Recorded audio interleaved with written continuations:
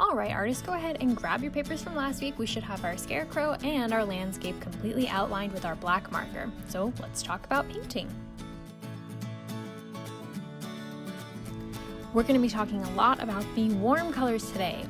The warm colors are red, orange, and yellow. Those are the first three colors that come up on the color wheel, and they're actually used to represent things that are warm, typically like the sun, fire. We can see them used a lot in autumn landscapes, right? Because we see the leaves that will turn colors from green to red, orange, and yellow. And guess what? We're going to be using that a lot today for our scarecrow. So since we're working with the warm colors, we're going to go ahead and start with the color red. We're going to be using the red for those rosy cheeks of our scarecrow. And next we're going to go to orange. And we're going to use the orange for the sewed-on patch for our nose.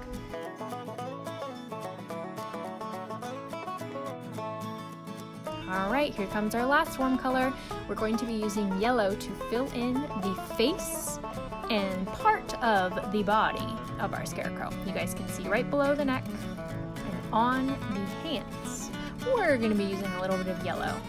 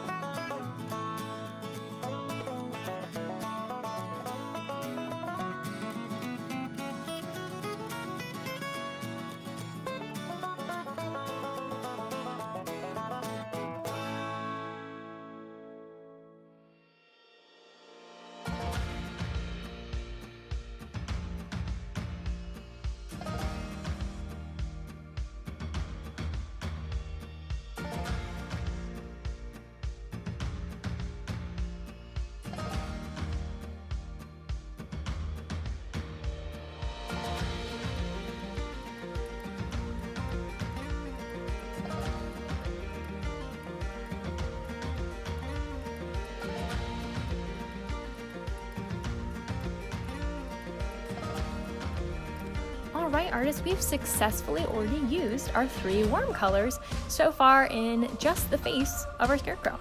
Now we're going to go ahead, we're going to switch away from that for just a moment because remember, our scarecrows are typically wearing human clothes, right? So we're going to work on coloring in the overalls. Now overalls are usually a jean color, so I'm going to be coloring mine here with some blue to represent those jeans, but you could maybe fill them in with some tan or some brown, alright?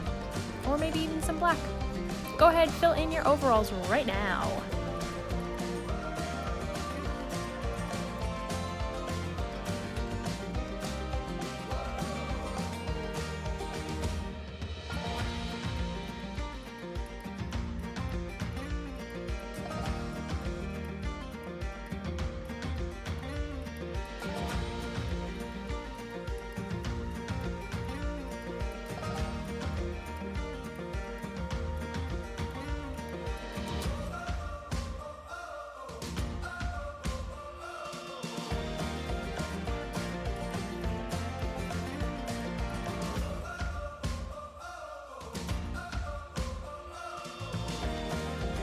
Now artists, I know we have talked about this many times before, but it is super important to make sure that you wash off your brush between each color that you do. That's why we have a water cup, right? Not just to ignite our colors with watercolor, but to also wash it between each color. Because we certainly wouldn't want to be mixing any colors inside of our palette, right? So please make sure you dance it around your water cup before you move to the next color.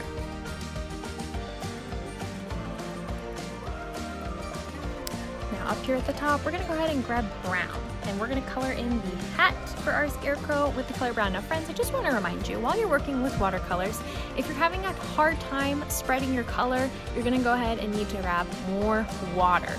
Remember, a little bit of paint goes a long way because it goes a long way with a lot more water. All right?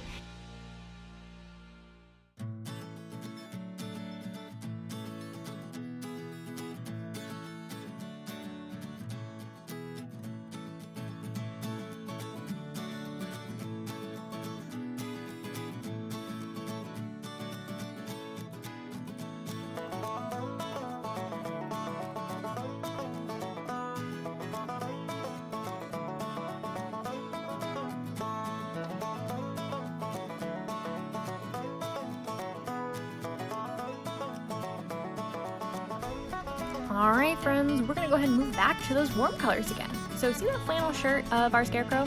We're gonna be creating a pattern.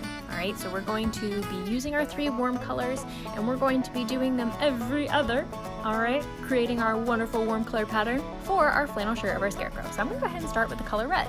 Now, what should come after red but orange? And what should come after orange? Yellow. Now remember, you need to create this pattern, all right, in the order red, orange, yellow, going straight across, but also down. So you'll notice here that as I'm filling in the color for my scarecrow, I'm gonna make sure that I have red, and then to the side of it should be orange, but then down below should also be orange, followed by yellow. Watch as I create a pattern on the first sleeve of my scarecrow.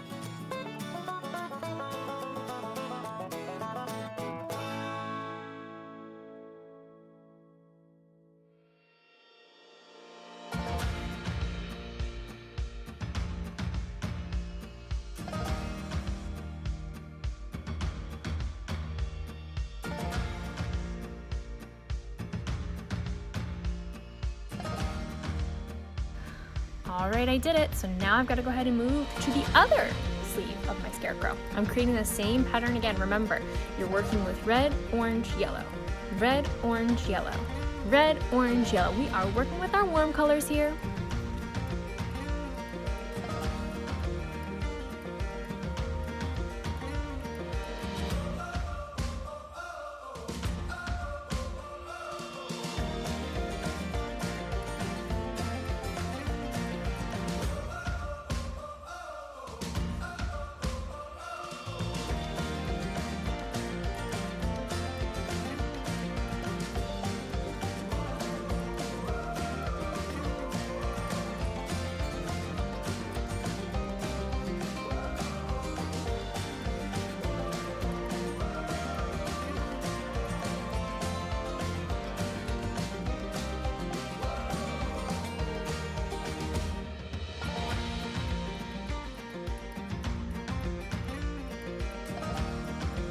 After we finished up that second sleeve, we need to go ahead and fill in the inside part, right across our chest for our scarecrow.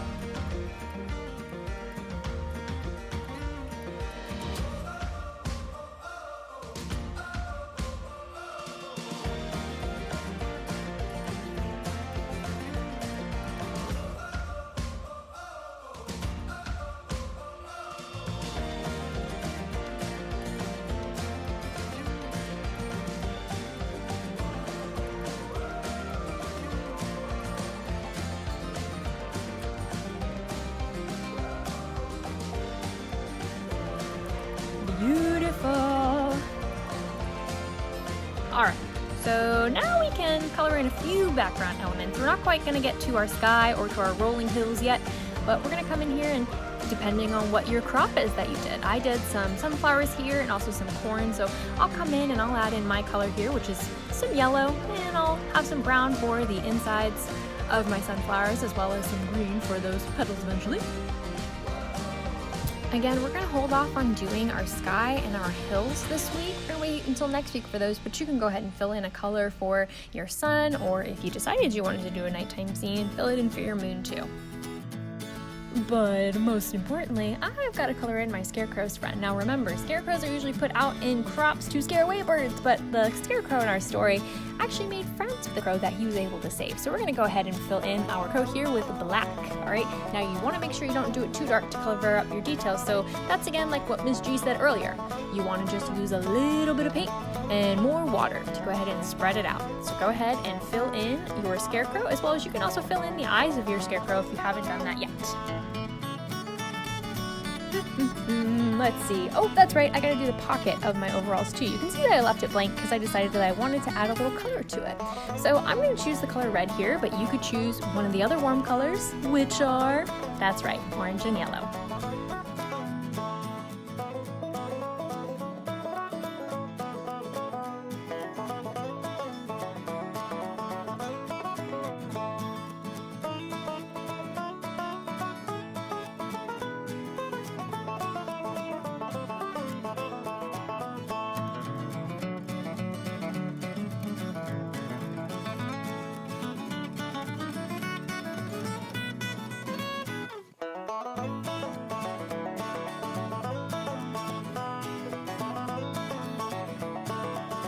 Once you've finished up completely filling in your scarecrow and your crop and your bird and your sun with color, you're going to stop for this week.